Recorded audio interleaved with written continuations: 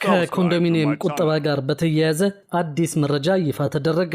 በዚህ መረጃ መሰረት በ1997 እና በ2005 ለ20/80 እና ለ40/60 የቤት ባለቤት ለመሆን የተመዘገቡ ነዋሪዎች መቆጠብ የሚገባቸው የገንዘብ መጠን ይፋ ተደርጓል። በ1997 እና በ2005 ለ20/80 እና ለ40/60 የቤት ተመዝጋቢዎች ቁጠባችሁን እየቆጠባችሁ የቤት ዕድል እየጠበቃችሁ ላላችሁ በሙሉ ሊኖርባችሁ የሚገባው ወራዊ የቁጠባ መጠንን በተመለከተ አዲስ መረጃ ይፋ ተደርጓል። በዚህም እስከ ጥር 2018 ዓ.ም ማለትም ለ150 ወራት ልትቆጥቡት የሚገባው ዝቅተኛ የገንዘብ መጠን ምን ያህል መሆን እንዳለበት ነው የታወቀው። በዚህም መሰረት ለ40/60 ተመዝጋቢዎች ወራዊ ክፍያው ለባለ 3 መኝታ 2450 ብር፣ ለባለ 2 መኝታ 1550 ብር፣ ለባለ 1 መኝታ ደግሞ 1033 ብር መሆኑ ይታወሳል። በዚህ መሰረትም ለ150 ወራት የተቆጠበው የገንዘብ መጠን ደግሞ ለባለ 3 መኝታ 367500 ብር፣ ለባለ 2 መኝታ 232500 ብር፣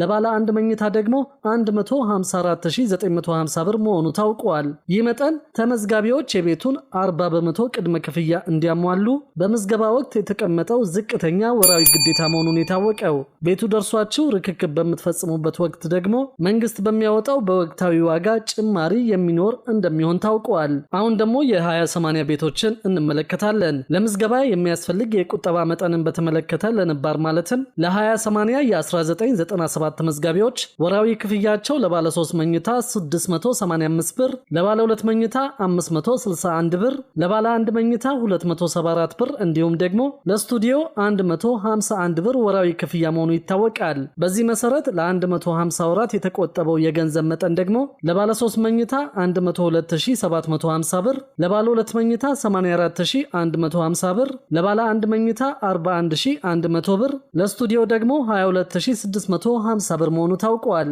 በአዲስ ማለትም ለ20/80 የ2005 ተመዝጋቢዎች ደግሞ ወራዊ ክፍያው ለባለ 3 መኝታ 489 ብር፣ ለባለ 2 መኝታ 401 ብር፣ ለባለ 1 መኝታ ደግሞ 196 ብር እንደሆነ ታውቋል። በዚህ መሰረት ለ150 ወራት የተቆጠበው የገንዘብ መጠን ደግሞ ለባለ 3 መኝታ 73350 ብር፣ ለባለ 2 መኝታ 60150 ብር፣ ለባለ 1 መኝታ 29400 ብር መሆኑ ታውቋል። ይህ መጠን ተመዝጋቢዎች የቤቱን 20% ቅድመ ክፍያ እንዲያሟሉ በምዝገባ ወቅት የተቀመጠ ዝቅተኛ ወራዊ ግዴታ ነው። ቤቱ ደርሷችሁ ርክክብ በሚፈጸምበት ወቅት በወቅታዊ ዋጋ ጭማሪ እንደሚኖር ይታወቃል። ለ10/90 የተመዘገቡ የመጀመሪያ የቁጠባ መጠን 187 ብር ቢሆንም ተመዝጋቢዎች በቁጥር ትንሽ ከመሆናቸውም በላይ ለሁሉም ቤት መሰጠቱ ታውቋል። ከዚሁ ጎን ለጎን የአዲስ አበባ የቤቶች ልማትና አስተዳደር ቢሮ የከተማው አስተዳደር ለረጅም ጊዜ የቆየውን የቤት ፍላጎት ለማሟላት የተለያዩ የቤት ፕሮግራሞችን ተግባራዊ ማድረግ መቀጠሉን ያስታወቀው።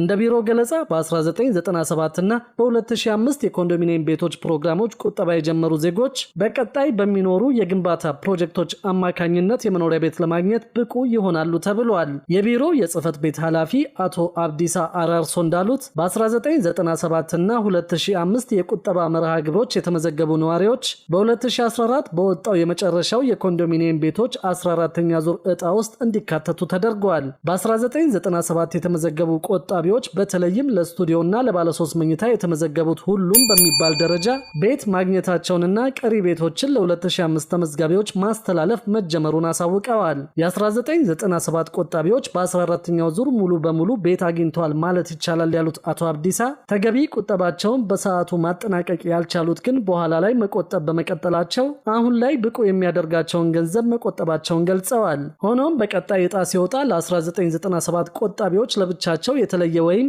ልዩ ምደባ እንደማይኖራቸው አስረድተዋል። የቀሩት አብዛኛዎቹ የ1997 ቆጣቢዎች ለባለ 2 መኝታ ቤት የተመዘገቡ መሆናቸውን ጠቁመዋል። በአሁኑ ጊዜ በ5 አማራጮች ቤቶች በመገንባት ላይ በመሆናቸው የ1997 እና የ2005 ቆጣቢዎች ከሚገነቡት ቤቶች ወደፊት በሚሰጥ አቅጣጫ መሰረት ዕጣ እንዲወጣላቸው እንደሚደረግ ጠቁመዋል። አሁንም እንደተገለሉ የሚያምኑ ቆጣቢዎች ካሉ ቁጠባውን እስከቀጠሉና የፕሮግራሙን መስፈርቶች እስካሟሉ ድረስ አሁንም ከቀጣይ የቤቶች ልማት የመጠቀም ዕድል እንዳላቸው ቢሮ አስታውቋል።